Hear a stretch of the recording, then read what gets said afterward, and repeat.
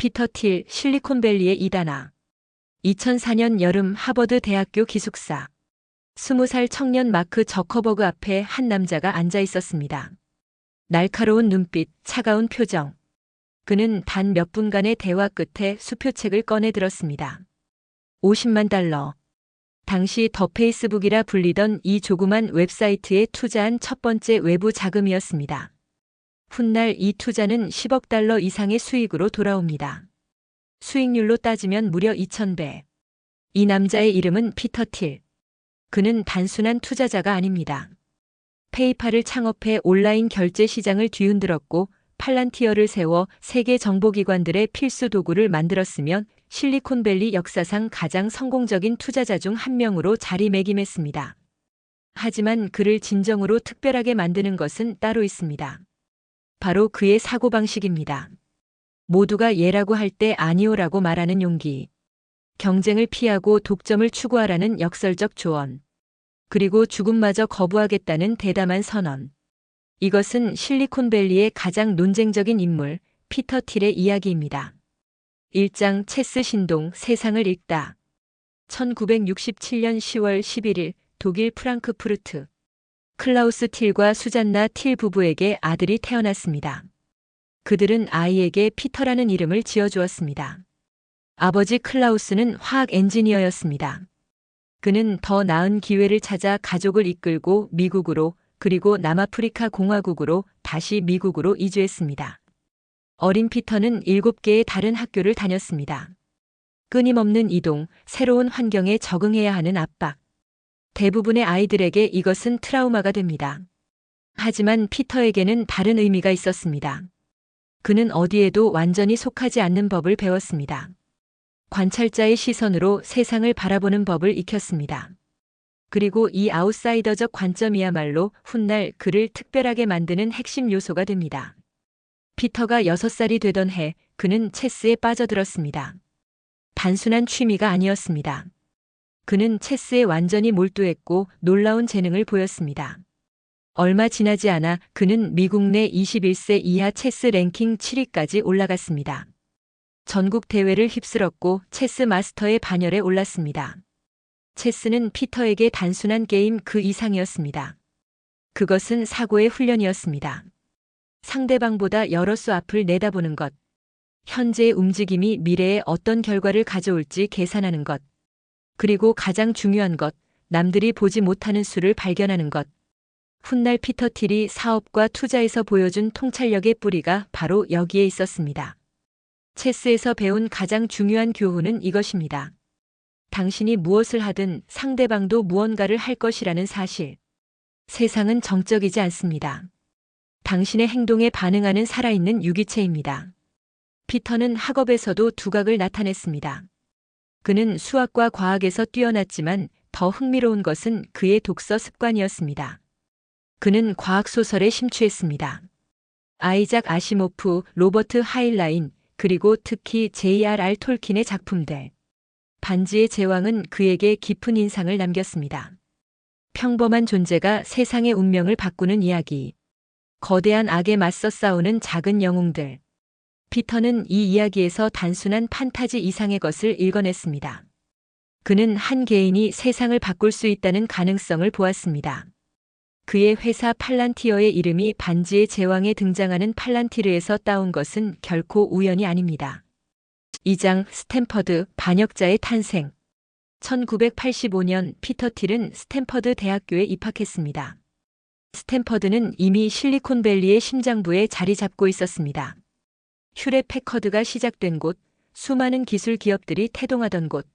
하지만 피터가 선택한 전공은 컴퓨터 공학이 아니었습니다. 그는 철학을 전공했습니다. 이 선택은 그의 성격을 잘 보여줍니다. 피터 틸은 항상 어떻게보다 왜에 관심이 있었습니다. 기술이 무엇을 할 수 있는가보다 기술이 무엇을 해야 하는가를 먼저 물었습니다. 스탠퍼드에서 그는 르네 지라르 교수를 만났습니다. 프랑스 출신의 이 사상가는 피터의 세계관을 완전히 바꿔놓았습니다. 지라르는 모방 욕망 이론으로 유명했습니다. 인간은 자신이 원하는 것을 스스로 결정하지 않는다는 것. 우리는 다른 사람들이 원하는 것을 원한다는 것. 욕망은 전염된다는 것. 피터는 이 이론에 매료되었습니다. 그리고 이로부터 역설적인 결론을 도출했습니다. 만약 모든 사람이 같은 것을 원한다면 그것을 얻기 위한 경쟁은 치열해질 것입니다. 그리고 경쟁이 치열할수록 승리의 가치는 줄어듭니다. 진정한 승리는 경쟁을 피하는 것입니다. 남들이 원하지 않는 것, 아니 아직 원하는지도 모르는 것을 추구해야 합니다. 이것이 바로 제로 투 원의 핵심 사상입니다. 존재하는 것을 개선하는 것은 1에서 n으로 가는 것입니다. 하지만 존재하지 않는 것을 창조하는 것, 그것이 0에서 1로 가는 것입니다. 피터 틸은 후자에만 관심이 있었습니다. 스탠퍼드 시절 피터는 또 다른 중요한 활동을 시작했습니다. 그는 스탠퍼드 리뷰라는 보수 성향의 학생 신문을 창간했습니다. 당시 대학 캠퍼스는 정치적 올바름과 다문화주의가 지배하고 있었습니다. 피터는 정면으로 도전했습니다. 그의 글은 논쟁적이었고 때로는 도발적이었습니다. 그는 의도적으로 주류의 반대편에 섰습니다. 많은 학생들이 그를 싫어했습니다. 하지만 그는 개의치 않았습니다. 인기는 창업자가 추구할 덕목이 아닙니다. 진실이 덕목입니다. 그리고 진실은 종종 불편합니다. 스탠퍼드에서 철학 학위를 받은 후 피터는 스탠퍼드 로스쿨에 진학했습니다. 그는 법학에서도 뛰어났고 졸업 후 대법원 서기직에 지원했습니다. 이것은 미국 법조계에서 가장 명예로운 자리 중 하나였습니다. 그는 탈락했습니다. 훗날 그는 이 실패가 인생 최고의 행운이었다고 말했습니다. 만약 대법원 서기가 되었다면 그는 평범한 엘리트의 경로를 걸었을 것입니다. 최고의 로펌에 취직하고 파트너가 되고 안정적이지만 평범한 삶을 살았을 것입니다. 대신 그는 다른 길을 선택했습니다. 3장 페이팔의 탄생, 금융혁명의 시작. 1998년 캘리포니아 팔로알토. 피터 틸은 맥스 레브친이라는 젊은 암호학자를 만났습니다. 우크라이나 출신의 이 천재 프로그래머는 보안 소프트웨어에 대한 비전을 가지고 있었습니다. 두 사람은 의기투합했고 컴피니티라는 회사를 설립했습니다. 처음에 그들은 팜파일럿이라는 휴대용 기기에서 사용할 수 있는 보안 소프트웨어를 만들었습니다. 하지만 이 제품은 시장에서 반응이 없었습니다. 그들은 피벗해야 했습니다. 그리고 그들은 발견했습니다. 사람들이 팜파일럿을 사용해 서로에게 돈을 보내고 있다는 것을. 이것은 원래 의도한 기능이 아니었습니다. 하지만 피터 틸은 즉시 깨달았습니다. 여기에 진짜 기회가 있다고. 우리가 만든 것을 사람들이 원하지 않았습니다. 하지만 그들이 우리 제품으로 무엇을 하는지 관찰했을 때 우리는 그들이 진정으로 원하는 것을 발견했습니다. 그들은 이메일을 통해 돈을 주고받을 수 있는 서비스를 개발했습니다. 이것이 페이팔의 시작이었습니다. 동시에 또 다른 팀이 비슷한 것을 만들고 있었습니다. X.com. 이 회사의 창업자는 일론 머스크였습니다. 남아프리카 공화국 출신의 이 젊은 사업가는 이미 집다투라는 회사를 팔아 수백만 달러를 벌어들인 바 있었습니다. 피터 틸과 일론 머스크. 두 사람은 경쟁자였습니다. 그들은 같은 시장을 두고 치열하게 싸웠습니다. 가격 전쟁, 마케팅 전쟁, 기술 전쟁. 두 회사 모두 돈을 태우며 싸웠습니다. 그리고 어느 순간 두 사람은 깨달았습니다. 이 싸움에는 승자가 없을 것이라고. 둘 다 파산하거나 아니면 손을 잡아야 한다고. 2000년 3월 컴피니티와 X.com은 합병했습니다. 새 회사의 이름은 페이팔이 되었습니다. 하지만 통합은 순탄치 않았습니다. 피터 틸과 일론 머스크는 모든 것에서 충돌했습니다. 기술 선택, 회사 방향, 심지어 회사 문화까지. 2000년 9월 이사회는 결정을 내렸습니다. 일론 머스크는 CEO 자리에서 물러나야 했습니다. 피터 틸이 새로운 CEO가 되었습니다. 이 순간은 실리콘밸리 역사에서 중요한 분기점이었습니다. 만약 머스크가 계속 CEO로 남았다면 테슬라와 스페이스X는 존재하지 않았을 수도 있습니다. 그리고 페이팔은 완전히 다른 회사가 되었을 수도 있습니다. 피터 틸의 리더십 아래 페이팔은 빠르게 성장했습니다. 특히 이베이 사용자들 사이에서 폭발적인 인기를 얻었습니다. 경매에서 낙찰받은 물건의 대금을 지불하는데 페이팔만큼 편리한 것이 없었기 때문입니다. 하지만 성장에는 위험이 따랐습니다. 사기꾼들이 페이팔을 악용하기 시작했습니다. 신용카드 사기, 계정 해킹, 돈 세탁. 피터 틸과 그의 팀은 끊임없이 이러한 위협과 싸워야 했습니다. 이 과정에서 그들은 엄청난 양의 데이터 분석 기술을 개발했습니다.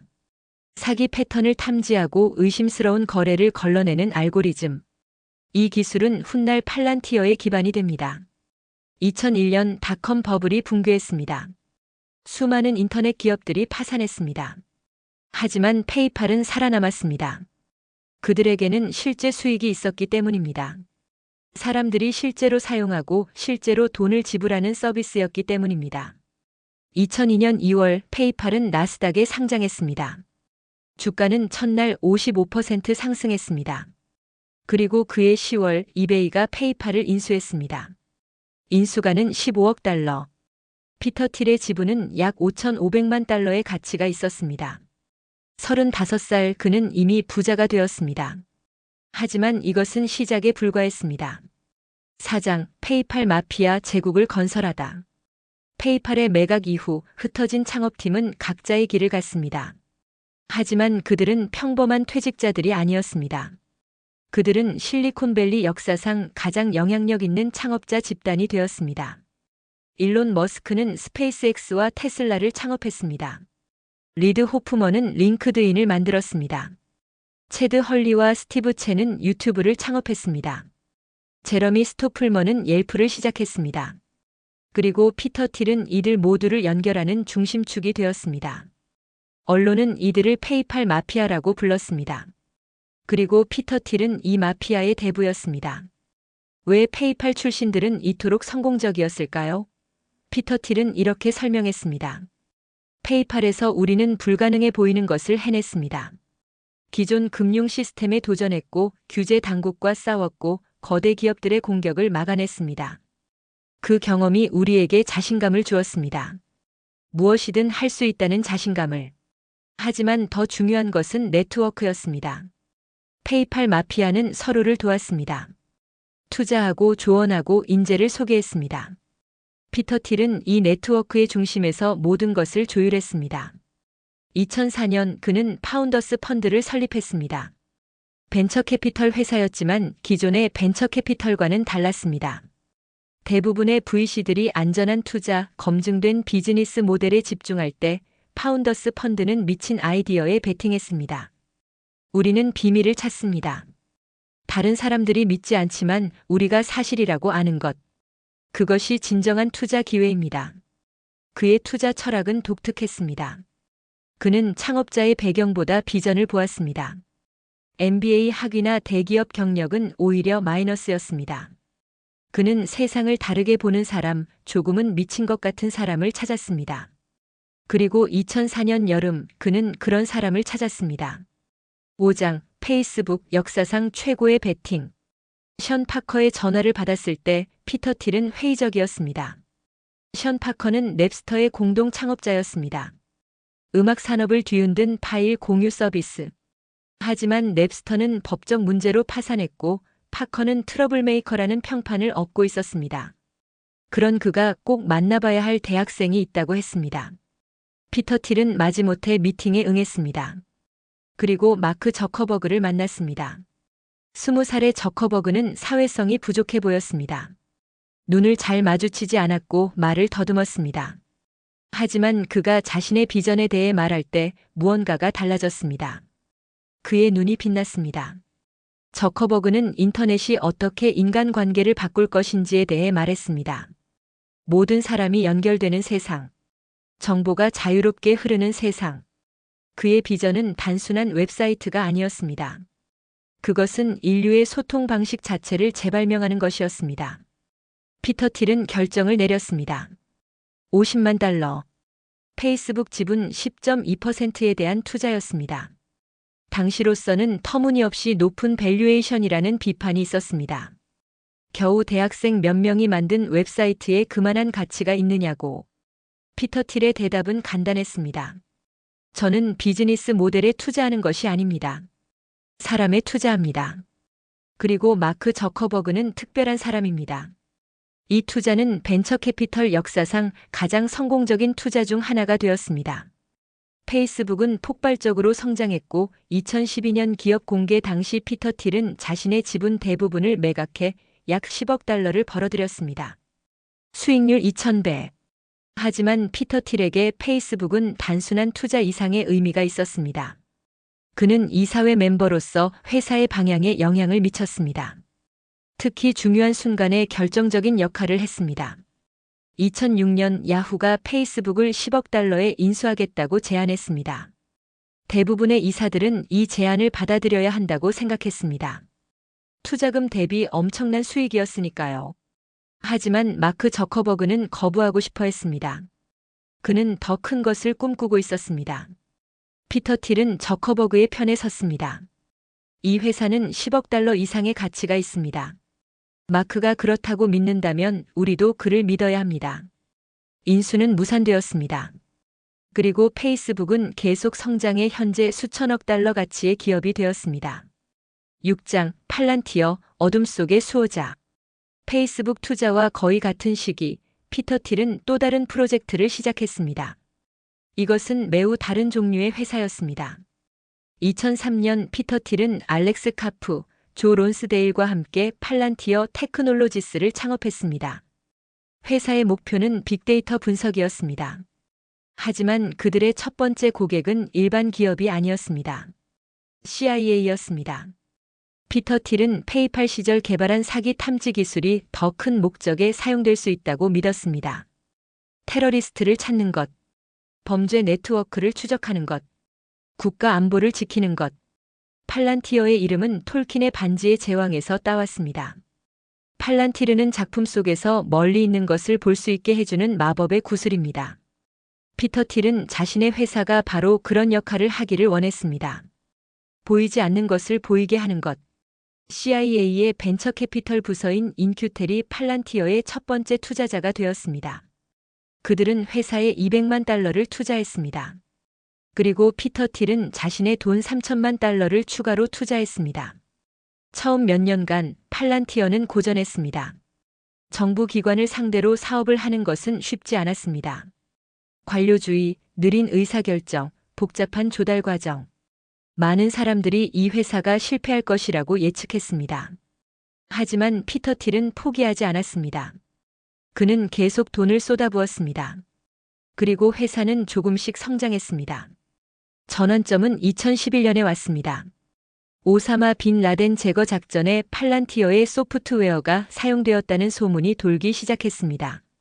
공식적으로 확인된 적은 없지만 업계에서는 팔란티어가 빈 라덴의 위치를 찾는데 결정적인 역할을 했다고 믿었습니다. 갑자기 모든 정보기관이 팔란티어를 원했습니다. FBI, NSA, 미국 국방부, 그리고 해외 정보기관들까지. 회사의 가치는 수직 상승했습니다. 하지만 팔란티어는 논쟁의 중심에 서기도 했습니다.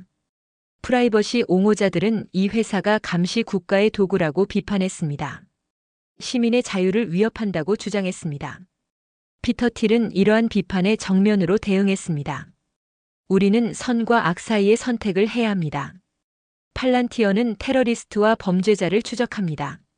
무고한 시민을 보호합니다. 프라이버시는 중요합니다. 하지만 안전 없이는 프라이버시도 없습니다. 이것은 전형적인 피터 틸식 논쟁이었습니다. 그는 항상 불편한 진실을 말하는 것을 두려워하지 않았습니다. 설사 그것이 그를 인기 없게 만들더라도. 팔란티어는 계속 성장했습니다. 2020년 회사는 뉴욕 증권거래소에 상장되었습니다. 현재 시가총액은 수백억 달러에 달합니다. 7장 제로 투원 사고의 혁명. 2012년 피터 틸은 스탠퍼드 대학교에서 강의를 시작했습니다. 제목은 컴퓨터 과학 183 스타트업이었습니다. 이 강의는 전통적인 대학 수업과 달랐습니다. 피터 틸은 교과서를 사용하지 않았습니다. 대신 자신의 경험과 철학을 공유했습니다. 학생들에게 질문을 던졌습니다. 당신이 믿는 진실 중에서 대부분의 사람들이 동의하지 않는 것은 무엇입니까? 이것이 피터 틸의 핵심 질문이었습니다. 그는 이 질문에 대한 좋은 대답을 가진 사람만이 성공적인 창업자가 될 수 있다고 믿었습니다. 왜냐하면 모든 사람이 동의하는 것에서는 새로운 가치가 창출되지 않기 때문입니다. 그의 강의는 엄청난 인기를 얻었습니다. 학생 중 한 명인 블레이크 마스터스는 강의 내용을 상세히 필기했고 이를 온라인에 공유했습니다.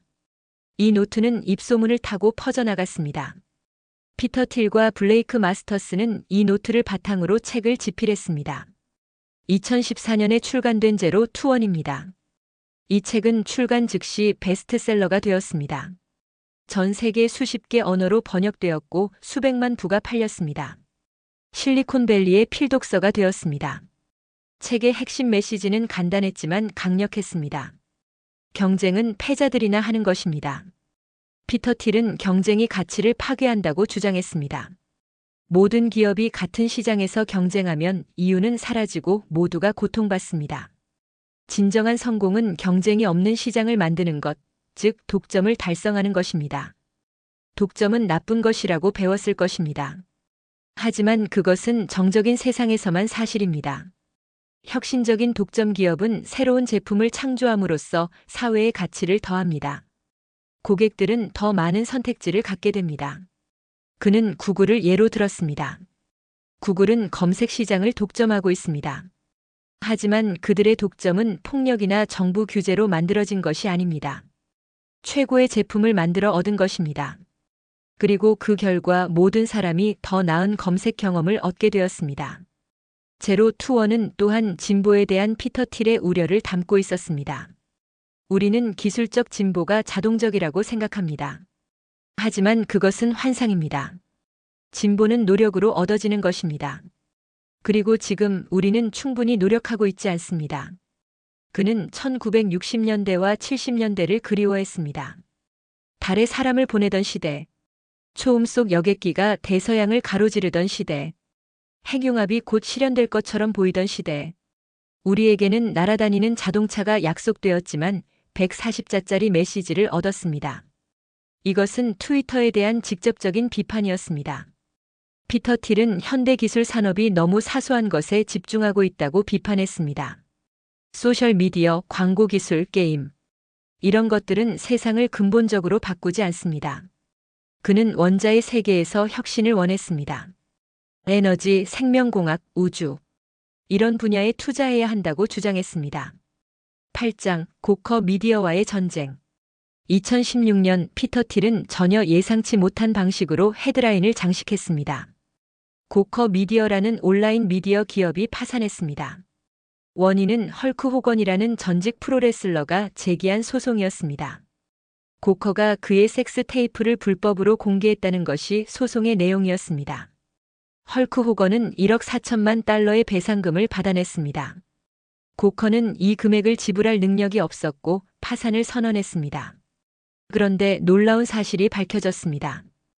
헐크 호건의 소송 비용을 대준 것은 피터 틸이었습니다. 왜? 10년 전 고커는 피터 틸이 게이라는 사실을 폭로하는 기사를 실었습니다.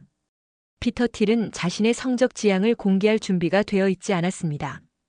그는 이것을 심각한 프라이버시 침해로 받아들였습니다. 고커는 저에게 개인적으로 해를 끼쳤습니다. 하지만 더 중요한 것은 그들이 많은 다른 사람들에게도 같은 짓을 했다는 것입니다. 그들은 클릭을 위해 사람들의 삶을 파괴했습니다. 피터 틸은 복수를 계획했습니다. 하지만 직접적으로 행동하지 않았습니다. 대신 그는 고커의 다른 피해자들을 찾았습니다. 그리고 그들의 소송 비용을 지원했습니다. 이것은 논쟁적인 전략이었습니다. 언론의 자유를 옹호하는 사람들은 피터 틸을 비난했습니다. 부자가 돈으로 언론사를 파산시킬 수 있다면 누가 권력자들을 비판할 수 있겠느냐고. 피터 틸은 반박했습니다. 언론의 자유가 다른 사람의 프라이버시를 파괴할 자유를 의미하지는 않습니다. 고커는 언론이 아니었습니다. 그들은 악의적인 가십 사이트였습니다.